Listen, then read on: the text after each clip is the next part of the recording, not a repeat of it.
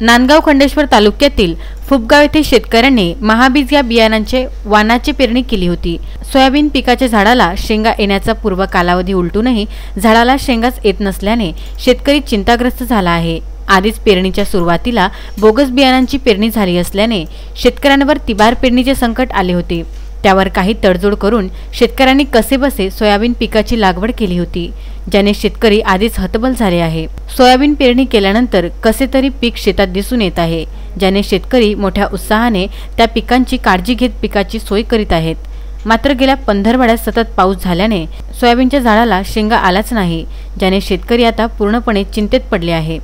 सोयाबीनच्या पिकाची योग्य सोय करूनही उभे पीक आता शेतकऱ्यांच्या हातातून निसटून जाताना दिसत आहे।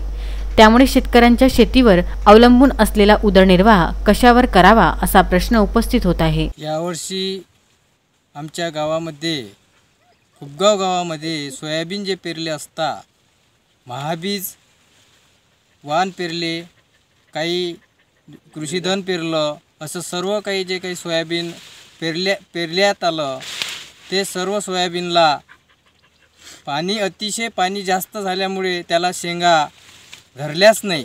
अतिशय कमी प्रमाणात सोयाबीनच्या शेंगा धरल्यामुळे शेतकऱ्याचं नुकसान झालेलं आहे।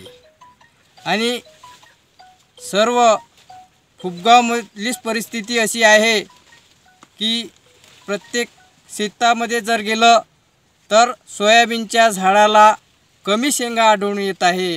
म्हणून आम्हाला सर्व शेतकऱ्यांना सरकारच्या माध्यमातून आर्थिक नुकसान भरपाई मिळावी अशी मी सरकारलाच विनंती करतो।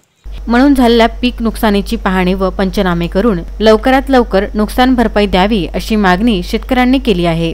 यावेळी शेतकरी शंकर वैद्य, दिनेश धवस, बिमल धवस, उमेश मेश्राम, राजू वैद्य, उमेश वानखडे, प्रवेश तलवारे आदी शेतकरी उपस्थित होते। माझ्याकडे 9 एकर शेती आहे।